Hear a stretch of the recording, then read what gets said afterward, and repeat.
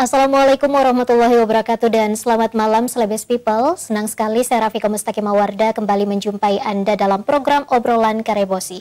Di awal bulan Mei 2023, bertepatan pada 1 Mei 2023 yang juga bertepatan dengan Hari Buruh Internasional atau May Day. Celebes People, Hari Buruh Internasional diperingati setiap tahunnya, setiap tanggal 1 Mei. Dan kabarnya untuk di Kota Makassar puluhan ribu pekerja menuntut ataupun berunjuk rasa dan menuntut hak-hak mereka di Hari Buruh ini. Nah, pada hari ini Obrolan Karebosi mengangkat tema tuntut kesejahteraan buruh demo di Hari Buruh. Nah, di studio kami akan membahasnya lebih jauh bersama dengan ketiga narasumber yang telah kami hadirkan. Pertama, saya ingin menyapa Bapak Aryansyah SPADM SDA selaku Kabid Hubungan Industrial dan Jamsos Disnaker Kota Makassar. Assalamualaikum Pak Anca. Waalaikumsalam Mbak Rifka. Kabar baik Pak ya? Kabar baik, alhamdulillah. Baik, saya juga ingin menyapa narasumber saya yang kedua, ada Pak Salim Esa selaku Ketua DPD Serikat Pekerja Nasional Sulawesi Selatan. Assalamualaikum Pak Salim. Waalaikumsalam. Sehat Pak ya? Sehat. Saya juga ingin menyapa ada pengamat pemerintahan di sana Pak Hari Rahim SOSMSI. Selamat malam Pak Hari. Selamat malam Celebes People. Sehat Pak ya? Terima Alhamdulillah. kasih sudah hadir kembali di Obrolan Karebosi. Saya terlebih dahulu ke Pak Anca. Pak Anca, mengenai dengan tema kita pada hari ini, tuntut kesejahteraan buruh demo di Hari Buruh. Pandangan Pak Anca, silakan. Jadi begini, Hari Buruh adalah merupakan, kalau kita melihat ke belakang, adalah memperingati para buruh yang menuntut kesejahteraan pada waktu itu. Kurang lebih 1400 tahun yang lalu, di mana para pekerja itu tidak dipekerjakan secara manusiawi, mulai dari jam kerja maupun upahnya. Olehnya itu dia bergejolak, dia menuntut untuk perbaikan kesejahteraan mereka, dan berlanjut sampai sekarang. Terus di samping memperingati, tentu dia akan menyampaikan hal-hal yang menganggap mereka kurang memperhatikan kesejahteraan mereka. Ya. Kalau kita bicara kesejahteraan ini luas ya Pak Anca ya. Kalau dari Pak Anca sendiri kesejahteraan seperti apa yang kira-kira mereka tuntut? Kalau kita lihat dari lingkup ketenagakerjaan, itu bahwa mereka menuntut pertama adalah upah yang paling utama, jam kerja. Ya. Tentu ini harus betul-betul, karena ini menyangkut hidup, menyangkut bukan hanya seorang tapi keluarganya dan tetangga mereka. Upah itu berpengaruh.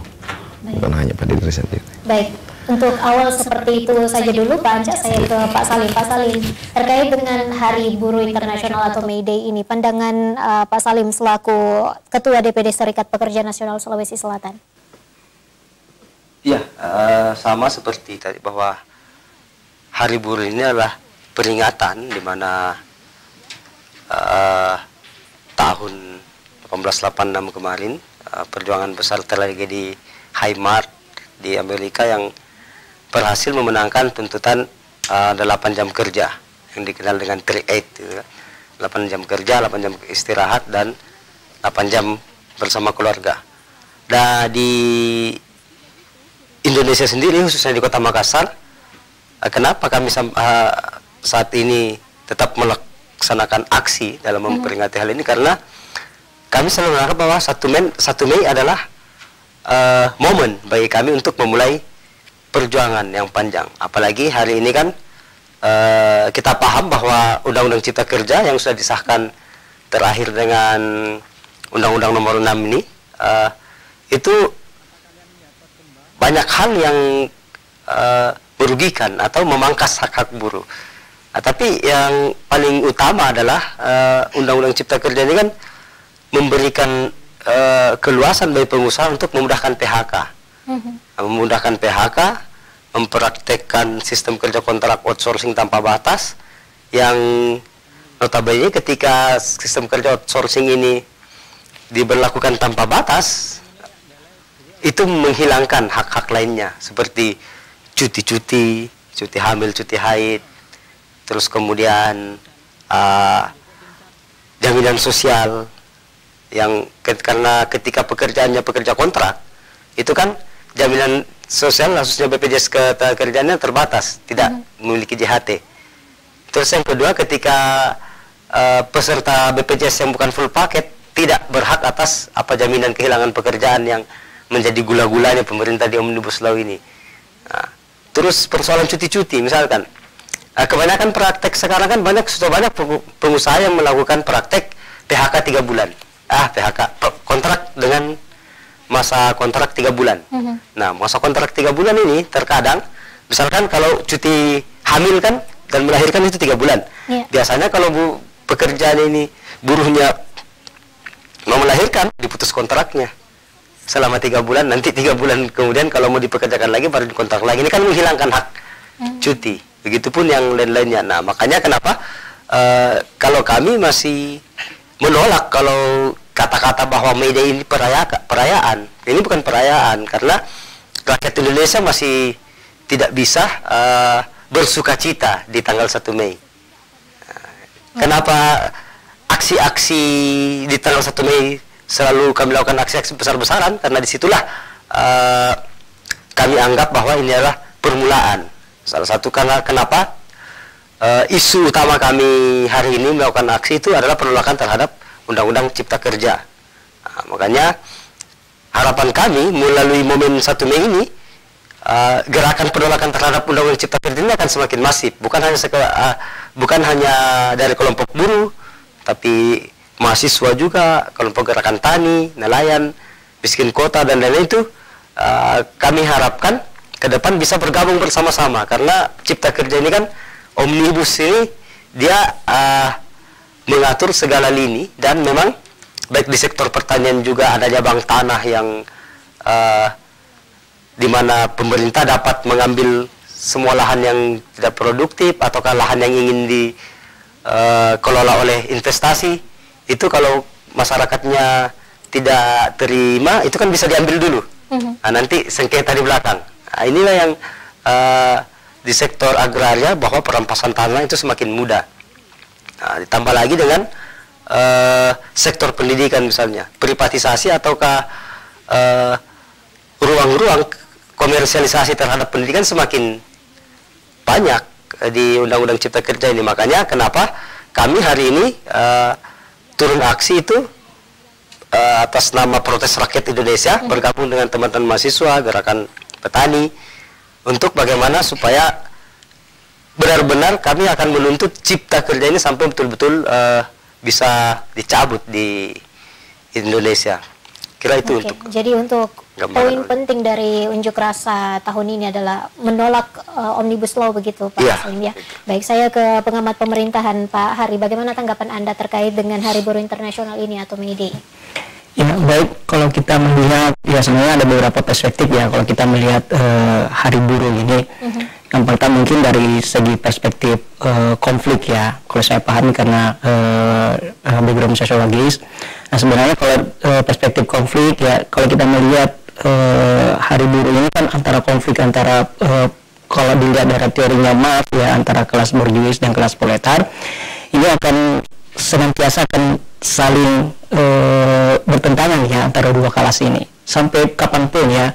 Dia akan selalu bertentangan karena kepentingan kemudian akan sedikit berbeda seperti itu. Makanya konflik terjadi di abad ke-18 sampai hari ini. Perjuangan kelas buruh misalnya, kelas bawah atau kelas proletar akan senantiasa saling berkonflik karena kepentingannya ini seperti itu. Dan yang kedua adalah kalau kita melihat perspektif solidaritas, nah Hari Buruh ini adalah momentum di mana solidaritas organik ini para buruh kemudian menjadi ruang aktualisasi, ruang spiritual, ruang perjuangan nilai-nilai kepentingan yang dijadikan ini sebagai ruang untuk perjuangan seperti itu, untuk bagaimana memperjuangkan kepentingan-kepentingan hak buruh seperti itu. Jadi dalam sosiologi kita melihat dari perspektif-perspektif untuk melihat gerakan-gerakan buruh khususnya sosial movement seperti itu. Nah, karena di konteks perjuangan buruh sendiri kalau di Indonesia kan sejarahnya panjang ya, mulai dari zaman Soekarno misalnya berikan hak untuk bagaimana buruh memperjuangkan hak, sampai kemudian karena dulu itu gerakan buruh itu sebenarnya gerakan ekonomi ya. Nah kemudian gerakan ekonomi dan pada masa Soeharto kemudian gerakan ini berusaha untuk diredam, akhirnya bukan hanya gerakan ekonomi tapi gerakan politik juga mewarnai dalam gerakan buruh.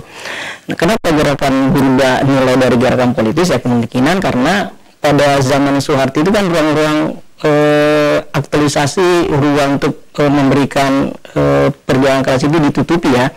Kalau kita baca sejarah itu di mana pada saat itu ditekan, diintimidasi, makanya pada saat reformasi kembali lagi nilai perjuangan itu meskipun dari segi dualitas ya antara gerakan sifatnya ekonomi dan perspektif politik kemudian berjalan seiringan seperti itu. Oke, Pak Hari, menurut Anda apakah arah kebijakan pemerintah saat ini sudah pro terhadap pekerja atau seperti apa Pak Hari? Saya tidak melihat pada wilayah pro atau tidak ya, tapi kalau di dalam konteks ini kan kalangan buruh sekarang kan isunya adalah Undang-Undang Cipta Kerja ya. Iya. Meskipun dalam undang-undang itu banyak hal yang berpolemik ya, misalnya pada wilayah jam kerja misalnya, kemudian pada wilayah outsourcing di mana pemerintah pada wilayah itu memberikan hak penuh terhadap perusahaan untuk mengatur. Nah itu juga dalam perspektif buruh itu juga merasa dirugikan kan. Kemudian dalam hal pemutusan kontrak kerja misalnya, ini juga banyak polemik. Kemudian kesejahteraan, banyak hal saya pikir dalam Undang-Undang Cipta Kerja yang dituntut oleh buruh ini untuk segera dicabut karena beberapa pasal menurut saya itu banyak hal yang berpolemik seperti itu. Meskipun sebenarnya di dalam Undang-Undang Cipta Kerja itu ya juga ada beberapa yang mungkin positif ya, tapi ya inilah mungkin butuh ruang-ruang dialogis, ruang-ruang dialog sosial ya, untuk antara pemerintah, pengusaha maupun buruh seperti itu. Panca, dengan adanya Undang-Undang Cipta Kerja ataupun Omnibus Law, bagaimana kemudian arah ataupun kebijakan dari Kota Makassar sendiri? Ya, jadi dengan adanya Undang-Undang Omnibus Law, setelah dimunculnya Perpu, kemudian disahkan undang-undang. Kalau kami di bawah ini pelaksana. Iya. Kami hanya pelaksana. Yang menentukan penetapannya ada di pusat dan prosesnya ada di pusat. Segala sesuatu yang ditetapkan kami harus melaksanakan. Oke. Untuk di Kota Makassar sendiri Pak, apakah untuk UMK-nya seperti apakah sudah rasionalkah atau seperti apa Pak? Kalau berdasarkan UMK, sebagaimana keputusan yang baru-baru 3,523/181. Kalau menurut kami, karena kami putuskan dalam Dewan Pengupahan itu sudah sama dengan apa yang kita melakukan monitoring ke bawah, melakukan survei kehidupan layak pekerja. Maka kalau kita berdasarkan aturan pemerintah 3,523/181, sebenarnya ini adalah UMK itu adalah safety net bagi tenaga kerja yang bekerja di bawah 1 tahun. Yang kami perjuangkan adalah struktur skala upah. Di mana letak keadilannya kalau struktur skala upahnya tidak ada? Setiap tahun hanya mengikuti UMK. Iya. Bagaimana dengan senior-senior yang sudah bekerja bertahun-tahun? Apakah masih harus yang bekerja 13 tahun harus sama dengan yang bekerja baru masuk kerja? Iya. Dengan nilai UMK. Makanya inilah yang diperjuangkan, inilah diperketat dalam berbagai urusan itu, harus melengkapi struktur dan skala upah serta surat pernyataan bahwa telah melaksanakan struktur skala upah. Oke, meskipun hanya pelaksana ya Pak ya, pasti ada perjuangan-perjuangan sendiri dari pemerintah, khususnya di Kota Makassar. Nah, seperti apa bentuk perjuangannya? Apakah? Tentu perjuangannya kami sebagai pemerintah tentu akan melaksanakan bagaimana PHK ini tidak terjadi. Tujuan kami PHK tidak terjadi. Karena PHK itu jika terjadi bukan cuma seorang, bukan cuma 2 orang, 3 orang. Itu bisa berdampak sampai 5 orang. Anak, istri orang tua, serta orang yang ada penjual-penjual yang di sekitar juga berdampak kalau ada di PHK. Itulah perjuangan kita. Kenapa Pak? Jangan sampai terjadi PHK di Kota Makassar. Oke. Untuk jaminan kesehatan dan juga keselamatan kerja sendiri seperti apa Pak? Artinya jaminan sosial ya. Iya. Jaminan sosial itu bahkan kita telah membentuk tim kepatuhan. Tim kepatuhan itu akan diketuai oleh Ibu Kejari Makassar. Kita telah membentuk tim kepatuhan untuk melakukan pemantauan pelanggaran-pelanggaran jaminan sosial. yang ada di perusahaan-perusahaan di Kota Makassar. Baik, terima kasih Pak Anca. Saya ke Pak Salim. Pak Salim, ini kan bukan unjuk rasa yang pertama kali Pak Salim, apalagi untuk Omnibus Law. Apakah kemudian hal-hal yang diperjuangkan sudah ada sedikit informasi yang melegakan bagi pekerja, atau seperti apa Pak Salim menurut Anda? Sebenarnya tidak ada. Yang ada kan hanya sekedar gula-gula ya. Misalnya persoalan upah yang kemarin tiba-tiba muncul Kepmenaker 18 yang perhitungannya lebih di atas lah daripada formulasi yang ada di PP 36 tentang pengupahan. Itu pun masih belum benar-benar sampai kepada kebutuhan hidup layak. Kalau mendekati ya, artinya ya lumayan lah karena sudah mendekati dengan kebutuhan hidup layak. Nah, masalahnya adalah Omnibus Law atau Cipta Kerja ini yang sampai hari ini apa yang menjadi aspirasi kaum buruh di seluruh Indonesia itu sampai hari ini menurut kami belum ada yang belum ada tanda-tanda diterima. Kalaupun ada hanya dipelintir-pelintir. Misalkan kayak anggaplah yang persoalan kontrak tadi ya, itu kan bunyinya di Undang-Undang 11 tahun 2020 yang Cipta Kerja juga yang sudah dicabut oleh Perpu itu beda bunyinya dengan yang ada di Cipta Kerja Undang-Undang Nomor 6 ini. Tetapi substansinya sama, redaksi yang ada di Undang-Undang 11 dengan di Undang-Undang 6 itu beda tentang pekerjaan kontrak, tapi substansinya sama, tetap memberikan keluasan. Nah, ini kan yang saya katakan tadi sebenarnya hanya memang kalau kita membaca banyak juga ya, misalnya cuti, tetap ada upah minimum, tetap ada pesangon, tetap ada. Tapi masalahnya adalah ada PHK tanpa pesangon. Dan justru yang paling mudah dilakukan oleh pengusaha di dalam Undang-Undang Cipta Kerja ini adalah mem-PHK tanpa pesangon. Misalkan ketika teman-teman buruh menuntut ini mogok kerja dan mengakibatkan kerugian bagi perusahaan, itu bisa di-PHK tanpa pesangon. Nah, jadi ketika ini kan senjata buruh kan mogok kerja. Biasanya pengalaman kami nanti ketika buruhnya sudah melakukan mogok kerja baru terpenuhi upah minimumnya.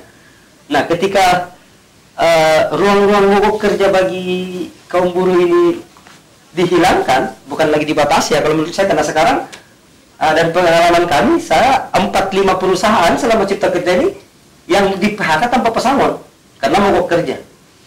Padahal kalau kita berbicara dulu dari Undang-Undang 13 menghalang-halangi mogok kerja atau salah satunya dengan melakukan PHK bagi pekerja yang mogok kerja, itu adalah pidana. Nah, tapi kami sangat banyak mengalami buruh yang mogok kerja di PHK tidak pernah dipidana pengusahanya. Ketika kami melaporkan ke Disnaker misalnya di pengawas, kami juga melaporkan ke kepolisian di Polda, ada Krimsus. Jawabannya mereka adalah pengusaha melakukan PHK bukan karena mogok, tapi karena pekerja melakukan tindakan yang merugikan perusahaan. Padahal memang definisi mogok kerja adalah menghambat produksi, yang tentunya mengakibatkan kerugian. Tapi kan di Undang-Undang Cipta Kerja merugikan perusahaan dapat di-PHK tanpa pesangon. Dan itu artinya tidak pro terhadap pekerja, Pak Salim ya? Iya, bukan tidak pro lagi, tapi bahkan memang menghilangkan Undang-Undang Cipta Kerja ini menghilangkan ruang-ruang aspirasi kaum buruh. Ya, Pak Salim, ini kan bukan hanya di momen Hari Buruh Internasional saja kemudian diperjuangkan, Pak Salim. Ya, ada mungkin diperjuangkan di waktu-waktu tertentu, atau seperti apa bentuk komunikasinya kepada pemerintah sejauh ini? Kalau komunikasi dengan pemerintah kita sangat intens. Cuman persoalannya adalah produk dari pemerintah ini atau produk hukum dari pemerintah ini produk hukum mandul, tidak dapat dieksekusi. Misalkan kami banyak, kalau di Disnaker, kasus bawa ke Disnaker selalu PHK bayar pesangon, itu normatifnya bagi Disnaker. Tetapi ketika pengusaha melakukan tidak mau membayar pesangon, ya itu tidak ada sanksi, berarti ada penegasan.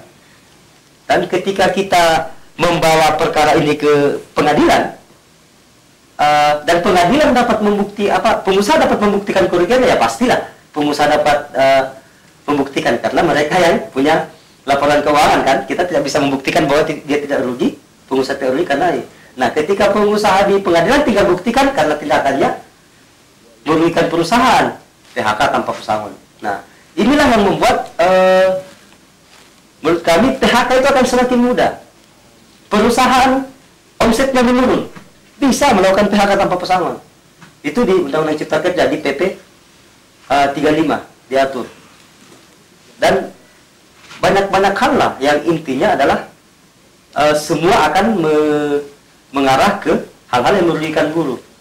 Parahnya adalah begini, buruh upahnya di bawah upah minimum.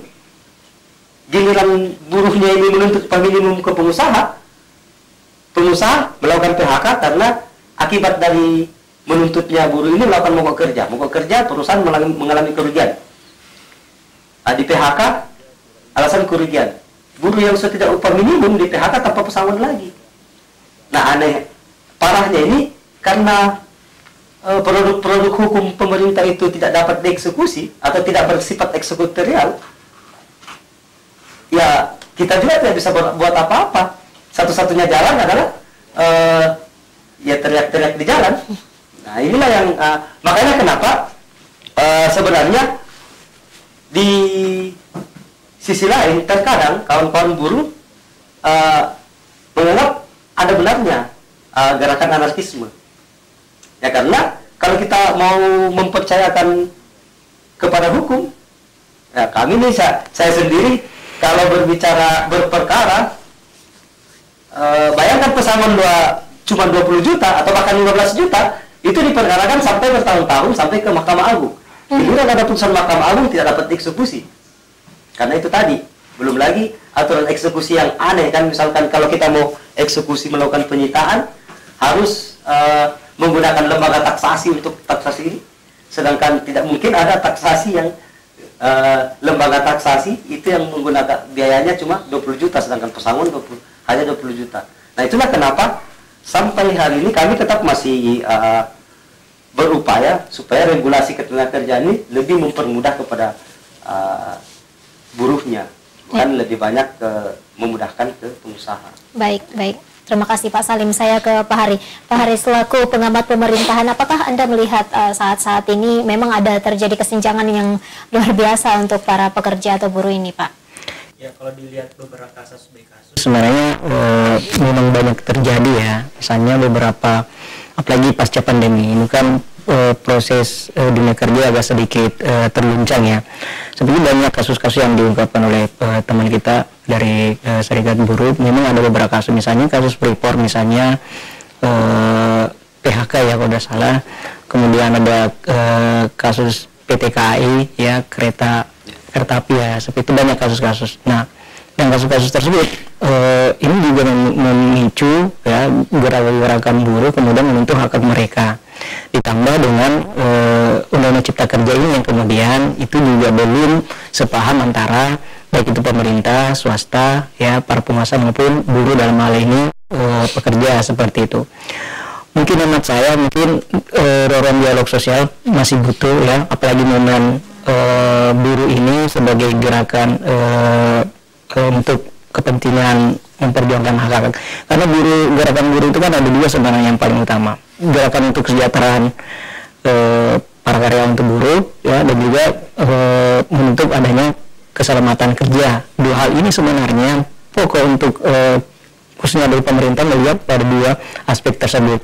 Misalnya dalam kesejahteraan terkait dengan bagaimana upah ya UMKM, bagaimana standar upah itu disesuaikan dengan kondisi misalnya. Kemudian terkait dengan keselamatan kerja kan pasti pada lingkungan kerja jaminan sosial misalnya, jaminan kesehatan apa segala macam itu perlu prioritas sebagai para pekerja. Nah, dua hal ini seperti penting untuk melihat aspek daripada kepentingan baik itu kepentingan swasta maupun para buruh seperti itu, karena dalam perspektif fungsional buruh atau pekerja ini kan memiliki fungsi yang betul-betul mengintegrasi dalam struktur sosial ya. Kalau buruh kuat kan pasti ekonomi juga kuat, seperti itu. Negara bangkit, ekonomi kita bangkit, pengusaha juga mengalami keuntungan, dan ini untuk kepentingan apa? Kepentingan bangsa kita juga, seperti itu. Baik Pak Anca, apakah bentuk dukungan peran pemerintah dalam menjamin hak-hak buruh sekarang ini Pak, di Kota Makassar khususnya? Ya, tentunya kami dari pemerintah itu akan menjamin, terus berusaha mensosialisasikan, melakukan pembinaan dari berbagai kegiatan bahwa hak-hak buruh itu harus terus dilaksanakan oleh para pengusaha. Untuk program-program pro buruh sendiri yang telah dilaksanakan khususnya di Kota Makassar ini? Artinya banyak beberapa program kami lakukan, beberapa kegiatan-kegiatan kami yaitu melakukan berbagai pembinaan, baik secara turun langsung ke lapangan maupun secara pertemuan dalam jumlah besar. Itu memberikan pemahaman, kita melakukan pendekatan apa-apa yang harus mereka penuhi hak-hak dari pekerja itu. Oke. Kalau sikap dari pemerintah Kota Makassar sendiri, khususnya di Snaker Pak, dengan kebijakan-kebijakan yang lahir dari pusat, apakah terima begitu saja dan dilaksanakan atau seperti apa? Atau tadi ada sempat dikatakan bahwa memang kita juga berjuang, seperti apa Pak? Hanya begini, pemerintah itu akan melaksanakan ketetapan yang telah dilaksanakan. Iya. Tapi dalam penyelesaian kasus, seperti kasus-kasus PHK, itu kan mendahulukan musyawarah mufakat. Tidak langsung semerta-merta kita menggunakan aturan yang ada. Itu aturannya itu. Kita duduk bersama, apa disampaikan tadi Pak Hari, ini membuka dialog, kita duduk bersama, apa yang harus kita capai. Kalau tercapai kan tidak perlu lagi kita langsung ke pengadilan. Cukup diselesaikan di pemerintah Kota Makassar. Baik, terima kasih Panca. Saya kembali ke Pak Salim. Pak Salim, bagaimana bentuk keseriusan dari pemerintah ini untuk menjamin hak-hak dari pekerja atau sebenarnya kalau kita berbicara keseriusan, kalau kami lihat masih belum terlalu serius karena banyak hal ya. Misalnya kan kami pengalaman kami pelanggaran ini dan dari pemerintah khususnya pengawas ya, kalau kepatuhan pengawas sudah membuatkan nota peringatan sampai pada sudah untuk melakukan tindakan, misalkan upahnya di bawah minimum, pengawas sudah memberikan nota kepada pengusaha untuk melaksanakan ini. Tapi kan seharusnya pemerintah memastikan pelaksanaannya. Namun yang masalah sekarang ini pemerintah dalam memastikan pelaksanaan itu tidak. Produk-produk hukum pemerintah, misalkan nota bahwa pengusaha harus disanksi, itu hanya sekadar di atas kertas. Sanksi yang dilakukan oleh kepada perusahaan, implementasinya tidak ada. Misalkan yang baru-baru ini lah THR, tidak membayar THR sesuai aturan, itu kan seharusnya izin operasi perusahaannya sudah dicabut. Nah sekarang kan kita banyak mendengar perusahaan yang tidak membayar THR sesuai dengan ketentuan, tapi saya tidak pernah mendengar ada pengusaha yang dicabut izin operasinya karena tidak membayar THR.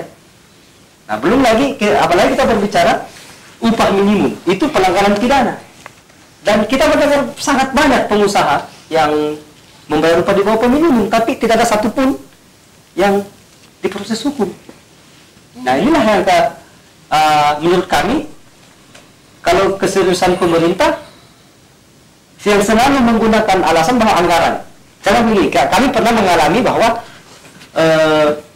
pengusaha tidak membayar upah minimum diproses sampai melakukan penyidikan tindakan pidana. Giliran penyidikan pidana, alasan pemerintah tidak ada anggaran untuk melakukan penahanan terhadap pengusaha. Ini kan tidak masuk akal.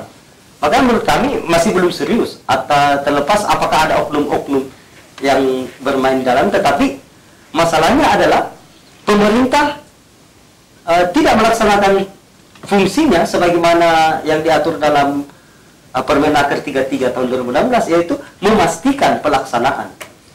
Kalau berbicara pemerintah memutuskan bahwa perusahaan ini melanggar harus melaksanakan ini, itu sangat banyak. Tapi tugasnya memastikan itu terlaksanakan tidak ada. Nah, inilah yang menjadi masalah, sehingga menurut kami sampai hari ini kami tidak bisa bersandar kepada pemerintah, karena putusan-putusan pemerintah itu tadi ya, yang bersifat eksekutorial pun, misalkan penetapan kekurangan upah, yang itu adalah keputusan final and binding, itu dia tinggal di penetapan oleh pengadilan untuk kalau mau diajukan eksekusi, tetapi tidak perlu dilakukan eksekusi pengadilan pun bisa, karena ada kewajiban pemerintah untuk memastikan bahwa kekurangan upah ini harus dibayarkan oleh pengusaha. Kalau dia tidak membayarkan, dilakukan penyidikan atau tindak pidana. Tapi masih banyak juga perusahaan yang sudah bertahun-tahun.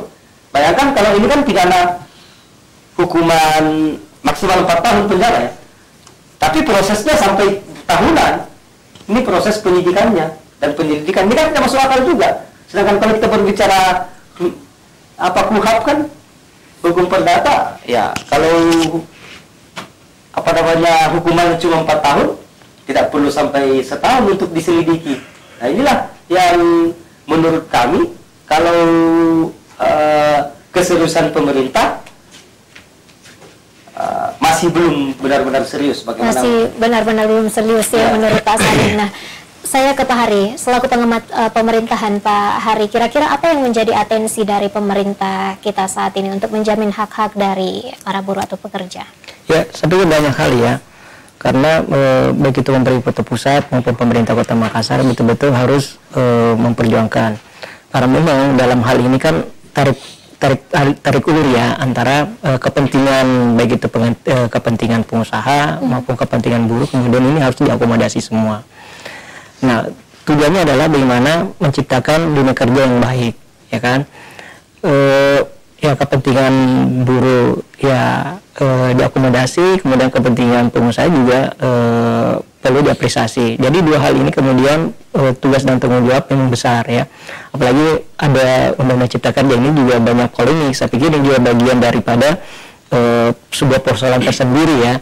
Karena kenapa? Kita kan negara hukum juga ya, harus undang-undang cipta kerja harus betul-betul mewadahi secara penuh ya.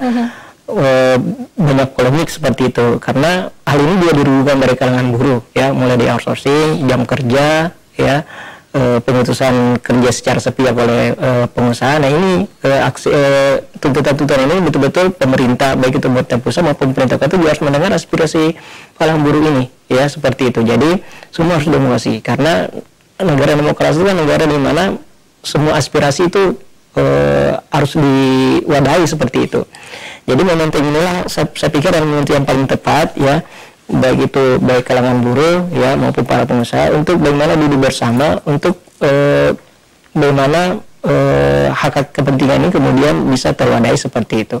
Nah, kalau misalnya Undang-Undang Cipta Kerja kemudian banyak permohonan kemudian tidak bisa diperselesaikan, mungkin benar ya, ya memang perlu dikaji ulang lagi apakah itu dicabut atau di apa itu, karena ya pemerintah juga jangan melepas begitu saja ya. Ya namanya negara harus hadir dalam setiap persoalan-persoalan begitu yang dialami oleh para buruh seperti itu. Oke, karena kita sudah di segmen terakhir, Pak Hari, silakan closing statement sekaligus harapan Anda selaku pengamat pemerintahan. Ya, sebenarnya dalam kondisi Hari Buruh ini ya, sebagai momentum bagaimana melihat Indonesia lebih baik ke depan. Meskipun sebenarnya saya mengutip dari Tan Malaka, terbentuk. Artinya apa? Bahwa segala sesuatu yang kita yakini, kita anggap itu benar, ya, kita anggap bahwa itu adalah sebuah spirit perjuangan, kita harus lakukan. Baik itu kalangan buruh yang memang harus betul-betul sebagai hal yang sakral untuk diperjuangkan khususnya di momen buruh ini. Ya. Saya mengucapkan selamat Hari Buruh, semoga para buruh atau para karyawan betul-betul menjadi Hari Buruh menjadi momentum untuk melakukan aspirasi ya, melakukan sebuah konsiliasi yang baik untuk kepentingan bangsa kita seperti itu. Amin. Saya ke Pak Salim. Pak Salim, silakan harapan-harapan Anda dan sekaligus closing statement. Kalau harapan kami masih tetap agar Undang-Undang Cipta Kerja ini bisa dicabut ya.